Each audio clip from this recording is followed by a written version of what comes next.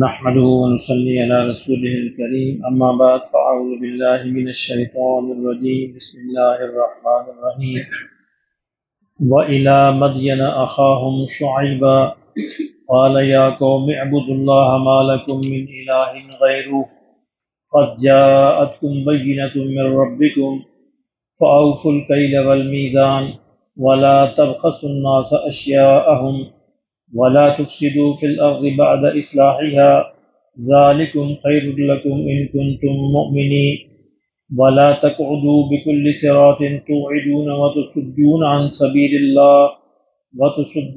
سبيل الله من آمن به وتبغونها عوجا واذكروا إذ كنتم قليلا فكثركم وانظروا كيف كان عاقبة المفسدين وَإِنْ كَانَ طَائِفَةٌ مِّنْكُمْ آمَنُوا بِالَّذِي أُرْسِلْتُ بِهِ وَطَائِفَةٌ لَّمْ يُؤْمِنُوا فَاصْبِرُوا حَتَّى يَحْكُمَ اللَّهُ بَيْنَنَا وَهُوَ خَيْرُ الْحَاكِمِينَ صدق اللہ العظیم۔ ہم نے دیکھا کہ یہاں اللہ رب العزت مختلف اقوام کی تاریخ سے مثالیں بیان فرما رہے ہیں تاکہ لوگوں کو اس بات کی سمجھ آئے۔ پہلے قوم نوح کا حال بیان کیا، پھر قوم عاد کا، پھر قوم سمود کا، پھر قوم لوط کا۔ اب پانچویں جو قوم ہے جس کا حال بیان کیا جا رہا ہے وہ قوم شعیب علیہ السلام ہے۔ حضرت شعیب علیہ السلام کی قوم مدین کا ایک علاقہ ہے جو آج کل سعودی عرب کی سرحد کے ساتھ شامل ہے، یہاں پہ رہتی تھی۔ مدین اصل میں حضرت ابراہیم علیہ السلام کی تیسری بیوی تھی، ان کے بیٹے تھے مدیان۔ تو یہ چونکہ اس علاقے میں آ کر آباد ہوئے تو مدیان سے بعد میں مدین بن گیا، آہستہ آہستہ بولتے ہوئے ان کے نام پر اس علاقے کا نام پڑا، اور پھر آہستہ آہستہ شہر کا نام بھی وہی پڑ گیا اور اس پوری قوم کا نام بھی قوم مدین بن گیا۔ تو شعیب علیہ السلام اس قوم کی طرف مبعوث ہوئے تھے۔ یہ قوم ظاہر ہے کہ پیغمبروں کے ماننے والی قوم تھی، حضرت ابراہیم علیہ السلام پر ایمان رکھتی تھی۔ بعد میں پھر کئی صدیاں بیتیں تو آہستہ آہستہ ان کے اندر بھی دو بڑی برائیاں پیدا ہو گئیں، ایک شرک کی اور ایک ناپ تول کے اندر کمی کرنے کی۔ تو اللہ نے ان دونوں بڑی برائیوں کی اصلاح کے لیے حضرت شعیب علیہ السلام کو اس قوم کی طرف مبعوث فرمایا۔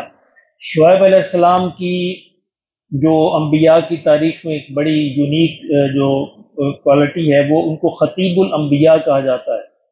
شعیب علیہ السلام کی خطابت، ان کی تقریر، ان کا بولنا بہت ہی اعلیٰ درجے کا تھا، اس لیے انبیاء میں ان کو خطیب الانبیاء کا لقب دیا جاتا ہے۔ اللہ رب العزت نے فرمایا کہ وَإِلَىٰ مَدْيَنَ أَخَاهُمْ شُعَيْبًا، ہم نے مدین کے شہر کی طرف ان کے بھائی شعیب کو بھیجا۔ ان کے بھائی سے مراد یہ کہ اسی قوم میں سے تھے، کسی بیرونی قوم سے اللہ نے انبیاء علیہ السلام جب بھی اللہ نے بھیجے ہیں اسی قوم میں سے ان کو منتخب فرماتے تھے تاکہ قوم اس بات کی صداقت کی گواہی دے سکے کہ ان لوگوں نے ہمارے ہی اندر پرورش پائی، ہمارے اندر رہے، ہمارے ان کا کردار جو ہے بلا شبہ کسی بھی داغ سے پاک ہے۔ مدین تو شعیب علیہ السلام بھی اسی قوم کے فرد تھے۔ قال یا قوم اعبدوا اللہ، تو انہوں نے اپنی قوم کو دعوت دی کہ اے میری قوم اللہ کی عبادت کرو، یعنی شرک کو چھوڑ کر صرف اور صرف اللہ کے ہو کر رہو، اللہ ہی کی عبادت کرو۔ ہر نبی کی بنیادی تعلیم یہی تھی، ہر نبی کے، ہم نے پیچھے بھی دیکھا سارے انبیاء نے اسی بات کی تعلیم دی کہ اے میری قوم اللہ کی توحید پر پختہ ہو جاؤ، اللہ ایک کی عبادت کرو، کیونکہ انسانوں کا یہ ہمیشہ سے مسئلہ رہا ہے کہ انسانوں کو یہ بات سمجھ نہیں آتی کہ ایک سے کیسے سارے کام ہو سکتے ہیں۔ تو اللہ نے فرمایا ایک ہی سے ہوتے ہیں، وہ ایک جس سے سارے کام ہوتے ہیں اس کے بن کے رہو، اور وہ سارے جن سے کوئی بھی کام نہ ہوتے ان کے در کی ٹھوکریں کھانے کی ضرورت نہیں۔ تو فرمایا کہ اے میری قوم اللہ کی عبادت کرو، ما لکم من الہ غیرہ، اس کے علاوہ تمہارا کوئی بھی معبود نہیں۔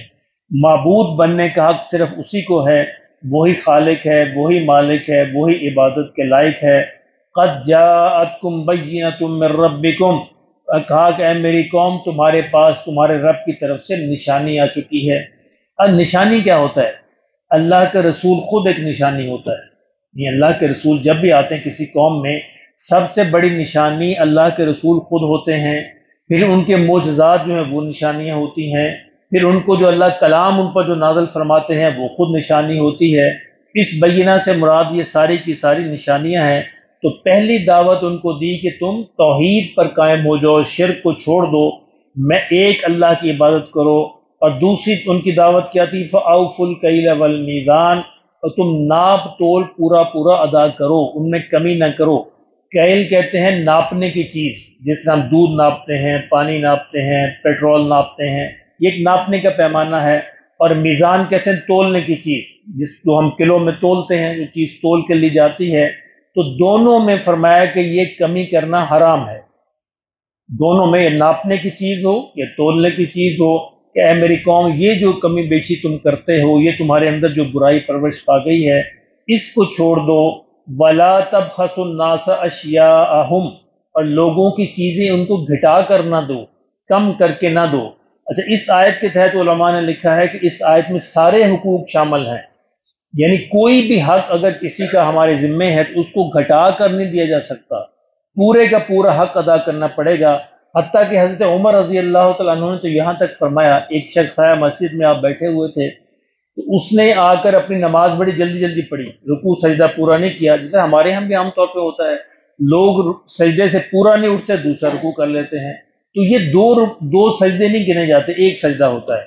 جب تک آپ سجدے سے پورا اٹھ کر بیٹھیں گے نہیں اطمینان سے، تو وہ دو سجدے شمار نہیں ہوں گے، ایک ہی سجدہ شمار ہوگا۔ اس نے بھی اس شخص سے نماز ایسے پڑھی، تو حضرت عمر نے اس پر یہی آیت چسپاں کی، فرمایا کہ تم اس میں کمی نہ کرو۔ اور سورہ جو ہے مطففین جو ہے 30ویں پارے میں، اس میں بھی یہی کہا گیا۔ تو وہ لفظ آپ نے اس میں استعمال کیا کہ اے شخص، تو نے تطفیف کی ہے نماز میں، تو نے کمی کی ہے، کہ اس کمی بیشی کو پورا کرو، جاؤ نماز کو دوبارہ پڑھو۔ اس لیے اگر شاید ہم نماز اگر پڑھنے آتے ہیں تو ہمیں پورے وقار سے، پورے احتیاط سے پڑھنی چاہیے، ہم ٹائم بھی نکال کے آتے ہیں، اور پھر ہم اس کا حق ادا نہ کریں تو فائدہ کوئی، اپنی طرف سے کوشش کرنی چاہیے، پھر آگے اللہ کی مرضی، اللہ کی بارگاہ میں اللہ اس کو قبول فرما لے۔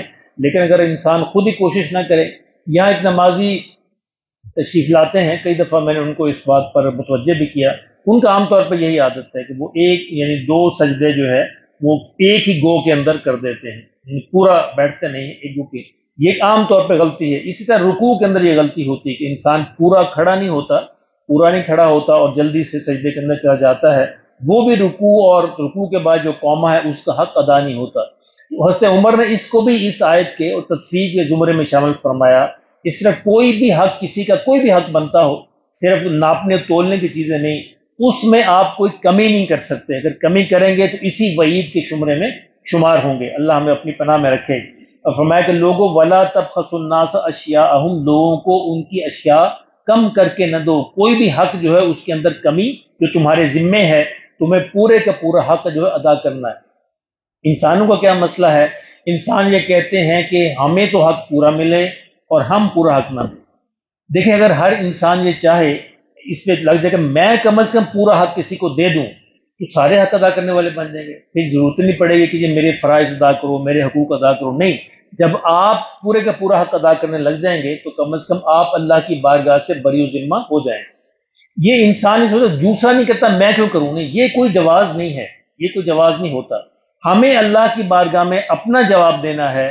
یا عام طور پر یہاں پہ کیا ہوتا ہے، آج کل کیا ہو رہا ہے کہ جوتیاں اٹھائی جا رہی ہیں، پتہ نہیں اللہ اس شخص کو ہدایت دے جو بھی آتا ہے۔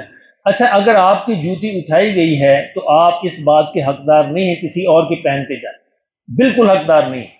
آپ کو ننگے پاؤں جانا چاہیے، اور یا کسی سے مانگ کے لیں جس کو پتہ ہو۔ یہ عام طور پہ یہ ایک اور بڑی غلطی ہوتی ہے، میری جوتی اٹھائی گئی میں کسی کے پہن لیتا ہوں۔ بھی آپ کو جو آپ کے ساتھ جو جرم ہوا ہے، وہ آپ کو یہ حق نہیں ملا کہ آپ کسی اور کے ساتھ کریں۔ ہمارے ایک بڑے عزیز دوست ہمارے ساتھ حج پہ تشریف لے گئے، تو وہ وہاں پہ اتفاق سے وہاں پہ جوتی غلطی سے پہنی جاتی ہے، اٹھاتا تو نہیں ہے کوئی، تو وہ ایک اور جوتی پہن کے آ گیا۔ میں نے ان کو دیکھا، میں نے کہا آپ یہ کس کی جوتی پہن کے آئے ہیں؟ کہ میری چکی تھی، میں بھی کیوں نہیں۔ دیکھیں، آپ مکہ مکرمہ میں ہیں، حج کے لیے تشریف لائے ہیں، کسی ایک نے آپ کے ساتھ زیادتی کی تو اس کا بدلہ آپ کسی اور سے نہیں لے سکتے، ایسے ہے نا جی؟ کسی اور نے زیادتی کی، اے نے آپ کے ساتھ زیادتی کی، بدلہ آپ بی سے لے رہے ہیں، تو یہ ممکن نہیں ہے۔ بڑی مشکل سے ان کو اس پہ مائل کے جاؤ، جا کے واپس کر کے آؤ۔ تو یہ آپ کو حق نہیں ملتا۔ تو یہ ہماری عام طور پہ غلطی ہوتی ہے۔ اگر خدا نخواستہ ایسا حادثہ ہو گیا ہے، جوتی اٹھائی گئی ہے، تو پھر قربانی دیں اور ایسے چل جائیں، ننگے پاؤں چل جائیں، کسی سے مانگ کے چلے جائیں، کسی اور کی حاجز نہ پہنے. یہ بالکل جرم ہے اور یہ بالکل چوری ہے، غلطی ہے، اس کا حساب دینا ہوگا. اسی طرح ہم یہ کرتے ہیں کہ ہم پھل خریدنے جاتے ہیں تو بغیر اس سے پوچھے ہوئے ایک دو دانے اٹھا کر منہ میں ڈال دیتے ہیں. یہ حرام ہے، غلط ہے، یہ اس کا حساب دینا ہوگا. جب تک آپ اس پھل والے سے، ریڈی والے سے، دکان والے سے پوچھ نہیں لیتے، اجازت نہیں لے لیتے، تب تک آپ ایک دانہ بھی آپ منہ میں نہیں ڈال سکتے. وہ حرام کا دانہ آپ منہ کے اندر ڈال رہے ہیں کیونکہ آپ نے اسے قیمت ادا نہیں کی، نہ آپ نے اس سے اجازت طلب کی ہے. تو یہ ضروری ہے کہ آپ اسے اجازت طلب کریں. تو یہ چھوٹی چھوٹی چیزیں ہیں جو ہو سکتا ہے اعمال نامے میں بڑی بڑی بن جائیں. بعض اوقات انسان کو اس کو اگنور کر رہا ہوتا ہے، لیکن کل قیامت کو پتہ نہیں اعمال نامے میں ان کا کتنا بڑا بوجھ بن جائے جس کے تلے انسان دب کے رہ جائے. اللہ ہمیں اپنی پناہ میں رکھے. کہا کہ اللہ نے فرمایا کہ لوگوں کی چیزوں کو گھٹا کر نہ دو، ولا تفسدوا فی الارض بعد اصلاحها. یہ گھٹانا بھی فساد برپا کرے گا. یہ گھٹانا، یہ کمی بیشی جو ہے حقوق کے اندر، فرمایا یہ بھی فساد برپا کرے گا. تم زمین میں، فرمایا اصلاح کے بعد فساد برپا نہ کرو. یعنی اللہ نے پیغمبروں کے ذریعے سے تمہیں جو زمین کے اندر اصلاح کر دی ہے، جو احکامات شریعت دے دی ہیں، اس کو مانو. اگر نہیں مانو گے تو زمین میں فساد برپا ہوگا. ذالکم خیر لکم ان کنتم مؤمنین. فرمایا لوگوں اگر تم ایمان والے ہونے کا دعویٰ کرتے ہو تو یہی پھر تمہارے لیے بہتر ہے، تم اللہ کے ان احکامات پر عمل کرو. ولا تقعدوا بكل صراط توعدون. اور قوم شعیب کی ایک اور بری عادت تھی کہ خود نہیں مانتے، یعنی حضرت شعیب علیہ السلام کی بات کو خود نہیں مانتے بلکہ دوسروں کو بھی روکتے تھے. اور فرمایا کہ ولا تقعدوا، نہ بیٹھو، بكل صراط، ہر راستے پر، توعدون، لوگوں کو ڈراتے ہوئے. یعنی جو بھی شعیب کی طرف جاتا تھا اس کو ڈراتے تھے کہ نہیں جانا. یہ قریش بھی یہی کرتے تھے. نبی صلی اللہ علیہ وسلم کے بارے میں مکہ میں ہر جو نیا آنے والا تھا اس کو کہتے تھے دیکھو فلاں شخص سے نہیں ملنا، اور اس کا پیچھا کرتے تھے. دیکھیں اب حضرت ابو ذر غفاری کا بڑا مشہور واقعہ ہے. وہ بیچارے اس ڈر سے کئی دن پوچھ نہیں سکے کہ محمد کون ہے صلی اللہ علیہ وسلم، اور بھوکے پیاسے وہاں پہ پڑے رہے خانہ کعبہ میں. کہ حضرت علی ان کو اپنے گھر لے کے گئے تو ڈرتے ڈرتے پوچھا کہ پتہ نہیں یہ بھی انہی میں سے نہ ہو. تو وہ پھر ان کو حضور کے پاس لے کر گئے. تو یہ مکہ والوں کا وتیرہ بھی یہی تھا، قوم شعیب بھی یہی کرتی تھی. فرمایا ہر راستے میں بیٹھتی تھی، توعدون، لوگوں کو ڈراتے تھے، وتصدون عن سبیل اللہ من آمنا، اور جو ایمان لانے کے لیے جاتا اس کو اس راستے سے روکتے تھے. وتبغونها عوجا، اور یہ کوشش کرتے تھے کہ لوگ ٹیڑھے راستے پہ چلیں. یعنی ایک تو ہوتا ہے خود عمل نہ کرنا، اور دوسرا دوسرے کی بھی گمراہی کا باعث بن جانا، یعنی اس کا بوجھ بھی اپنے پر لاد لینا. اللہ اپنی پناہ میں رکھے. فرمایا وذکروا، یاد کرو اے قوم شعیب، اللہ کی فتح، وذکر، تم یاد تو کرو، اس کنتم قلیلا، تم تو بہت تھوڑے سے تھے، فکثرکم، ہم نے تمہیں بڑھا دیا، ہم نے تمہیں بہت زیادہ بڑھا دیا. اس پہ تمہیں اللہ کا شکر ادا کرنا چاہیے تھا. وانظروا کیف کان عاقبۃ المفسدین، میں کہ دیکھو اس بات پر غور کرو کہ ہم جو مفسد ہیں، فساد برپا کرنے والے ہیں، ان کا انجام کس طرح کیا کرتے ہیں. آپ نے دیکھا قرآن مجید میں تاریخ کے واقعات بار بار آتے ہیں. اس سے کیا اندازہ ہوتا ہے کہ تاریخ سے سبق لینا چاہیے. تاریخ کوئی معمولی سبجیکٹ نہیں ہے. آج کل تو ہمارے اسکولوں کالجوں میں غائب ہی ہو گیا، یعنی آج کل تاریخ کا وجود نہیں ہے. میں نے نہیں دیکھا کسی اسکول کالج میں. کسی زمانے میں کالجز میں ہسٹری ڈپارٹمنٹ تھا، وہ بھی ختم ہو گئے، بس سائنس ہی سائنس رہ گئی. اللہ رب العزت نے باقاعدہ تاریخ کی بے شمار مثالیں دی. تو تاریخ سبق حاصل کرنے کے لیے ہوتی ہے تاکہ قوم جو ہے، انسان وہی غلطی دوبارہ نہ دہرائے. لیکن عام طور پہ ہمارے ہاں تاریخ پڑھائی بھی اگر جائے تو اس بادشاہوں کی کہانیاں پڑھا دیں گے، یہ جنگیں لڑیں، یہ لڑی، سبق نہیں بتاتے اس سے ہمیں سبق کیا ملتا ہے. تو تاریخ سبق کے لیے ہوتی ہے. ہمیں اپنی ذاتی تاریخ، قوموں کی تاریخ، ملکوں کی تاریخ، اس سے سبق حاصل کرنا چاہیے. فرمایا کہ وَإِن كَانَ طَائِفَةٌ مِّنكُمْ، ایک گروہ تم میں سے ایسا ہے، آمنوا بالذی ارسلت بی، کہ وہ اس پر ایمان لے آیا ہے جو میں لایا ہوں، جس کے لیے میں بھیجا گیا ہوں. ایک گروہ تو ایمان لے آیا ہے، جیسے شعیب کہتے ہیں اپنی قوم کو، وَطَائِفَةٌ لَمْ يُؤْمِنُوا، اور ایک گروہ ایمان نہیں لایا ابھی. فَاصْبِرُوا، فرمایا صبر کرو، جلدی نہ کرو، ابھی اللہ تعالیٰ مہلت دے رہے ہیں.